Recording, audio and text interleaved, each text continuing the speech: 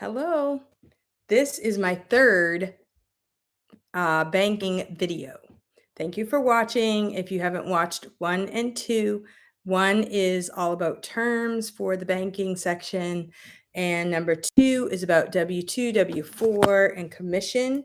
This video is going to be about percent taxes, and also I'm going to talk a little bit about budgeting. So thank you for watching. So today I'm going to just talk about, first of all, property tax. Property tax is going to be a percent of the price of your house. And in the book that I have, they have assessed value 48,400. Yeah, this is probably quite a few years ago. So whatever your assessed value is, and then they're going to multiply that by a certain percent. Okay, so when I do the banking section, when I teach kids at my school, I go ahead and allow them to use a calculator. I do have a calculator on my phone, but we do a lot of hands-on percent so that they know the percent process. But if you I just feel like banking, it's okay to use a calculator. You don't want to make mistakes and you don't want to get bogged down by the numbers. So say your house is 48,400, okay? And say that the tax rate is 3.5%. Now, sometimes they have weird formulas, like it's, a certain percentage after a certain number. So you have to kind of find out from your town how they're working the property tax. But for this class, let's just say the house was 48,400 and your tax was 3.5% per 1,000. So what you're going to do is you're going to go 48,400, and you're going to multiply that by the percent, which is 0.035 in this case. And so that's going to be the yearly amount. And usually that will be kind of broken down in your monthly payments. You can either pay it with your monthly payments. Some people, if your house is completely paid off, you might have to save out that much per month out of your check or whatever it is. So that's how that works. Now, if you are buying something, okay, we also have sales tax. Now, in New Hampshire, we don't have sales tax. So that's kind of nice. We go to the store. If the item is $500, you pay $500. But in most states, there is a sales tax. So just say your purchase was $968 and the percent tax is 5%, we're going to take 968 times, and then we're going to go 0.05 equals, okay, so $48.40. So that's going to be the tax. And then you're going to have to add that to the purchase. So plus 968 is equal to, okay, so you're going to end up paying $1,016.40. Okay, so that's how that works. Your tax is going to be a certain percentage added to the item that you are buying. All right, so the next part is going to be all about budgeting. Okay, so budgeting is when you figure out how much money you actually make for an income, and you need the net income, okay? Because you can't spend money you don't get in your pocket. So you take your net income and you talk about what kind of things you are going to need to spend your money on for every month. So the tithe might be first. That's going to be 10% of your income. Okay, then you might have housing. How much are you going to pay per month, whether you're going to rent or whether you are paying a mortgage? And maybe the clothing that you wear. You can also write this by priority. Food that you're going to need to buy, medical expenses, any kind of operating budget. Now we have electricity, internet, any kind of insurance type of things, cell phone payment, all of those things. Those are going to be your budget. You want to write down everything that you need to spend on that month, okay? Then you might not have a choice as to what your housing is going to cost. So in this book, it tells you, to make a budget and budget out only a certain percentage of your check for your rent and everything like that. But you might not have a choice because, we can't just say, oh, I only want to spend, 25% on my housing if the housing costs more than that. So you have to figure out, what do I need to spend the money on, and what um, can I not change? Some things you can't change. Some things you might be able to be creative, especially kids starting out today. You can't always think that you're going to have everything that your parents have. You might have to live on less so that you can save money. There's a lot of great videos all about, living frugally, saving up, minimalist spending. Saving your money is really, really important. Once you look around and you figure out how much everything costs and how much you're going to have to spend, it might help you to realize that you want to save every penny that you make so that you're ready when the time comes. So, like in this book, they have a chart and it's got all of the different things that you might want to, or that you have to spend for the month. And then there's a percentage next to it. And you might not have a choice on the percentage of your housing or the percentage of your electricity.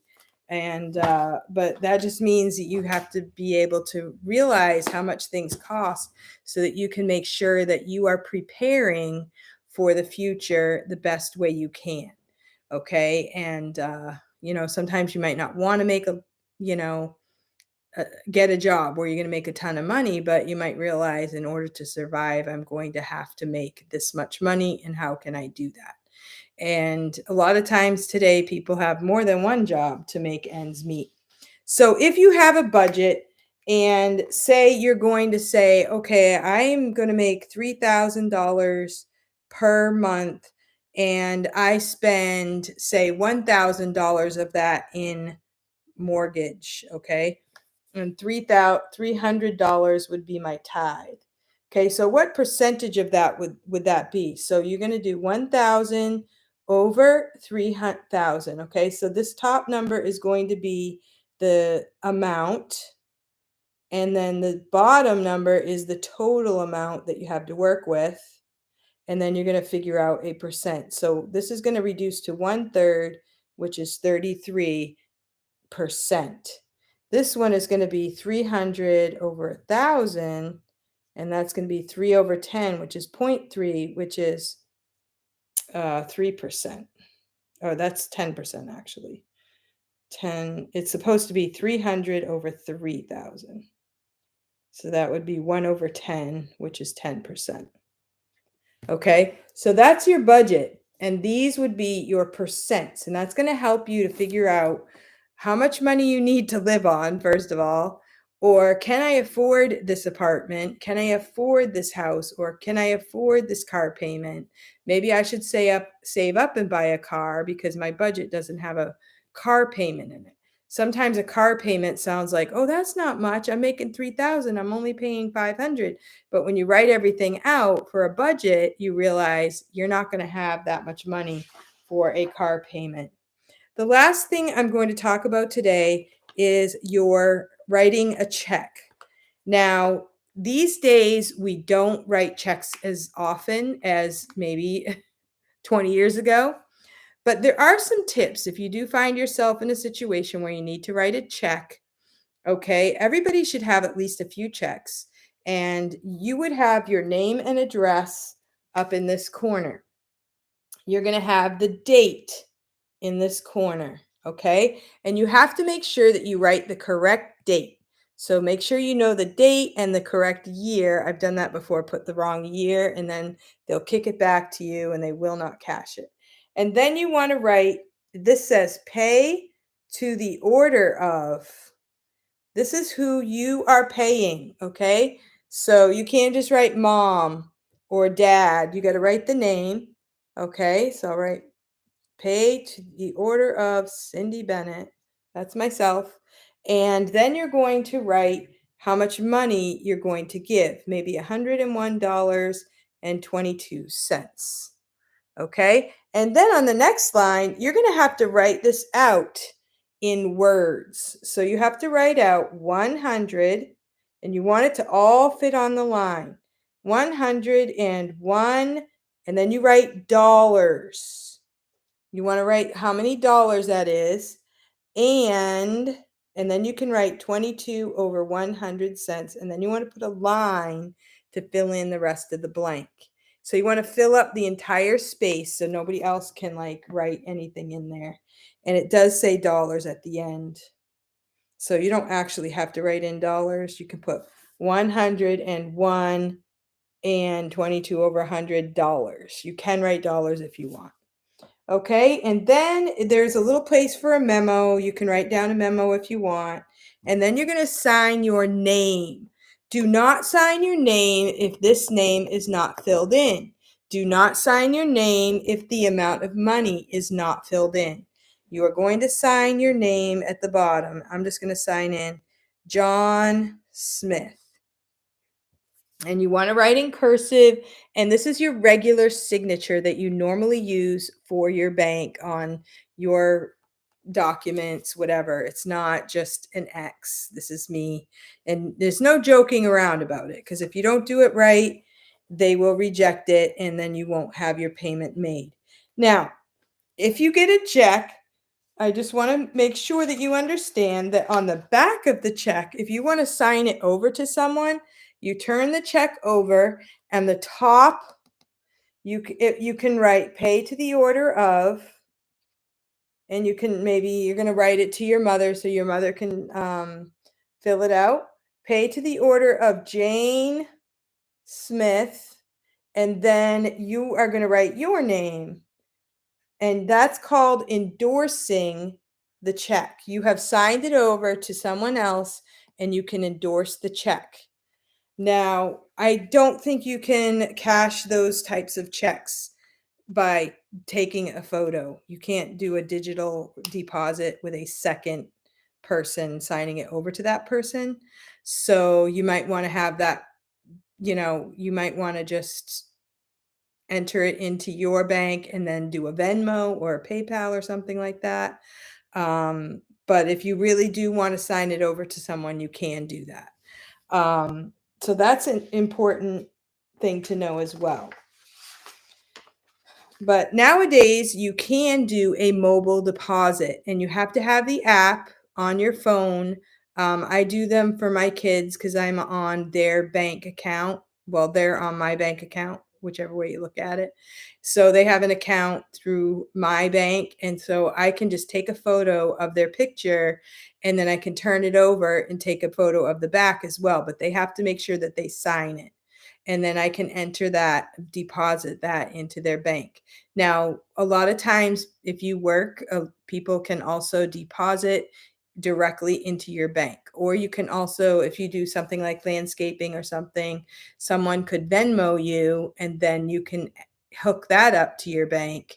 You have to hook that up ahead of time. You put in your bank account number and everything, and their Venmo goes to you. And then let's see, the Venmo, some of the apps, it goes right into the app and it stays there until you transfer it to the bank. And that can be immediate. I think it costs a few cents if it's immediate, but if you don't mind waiting a day or two, then it's free. So there's a lot of interesting banking things. The biggest thing with banking is to really keep track of what you're spending and be mindful of what you're spending, how much you pay for things.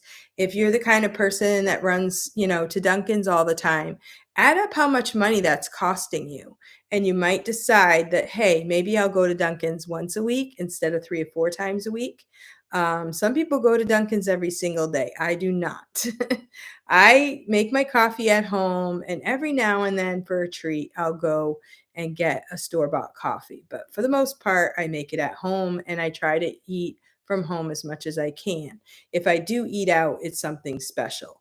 And prices are going up, so write down everything that you're spending and be mindful of your spending habits so that you won't get into a situation where you are spending more money than you are making. That is so important.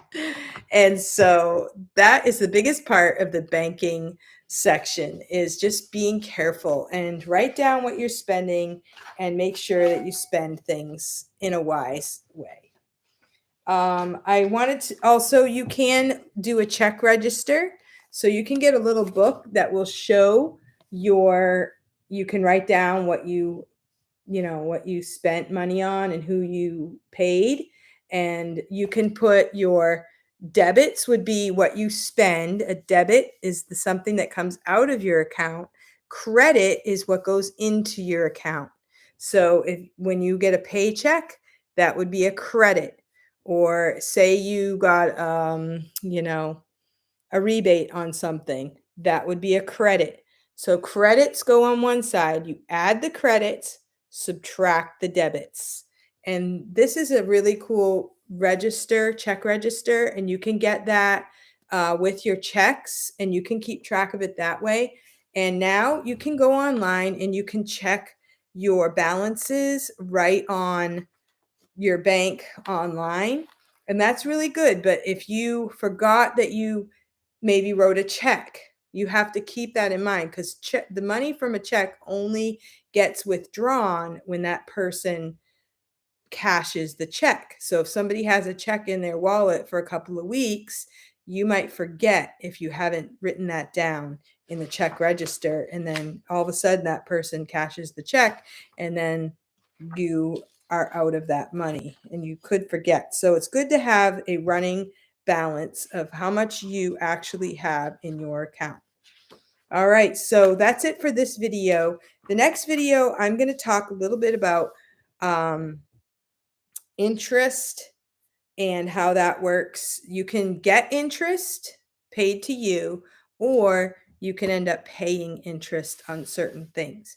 So stay tuned for the next banking video. Thanks for watching. Let me know if you have any questions down in the comments. Thank you. Have a great day.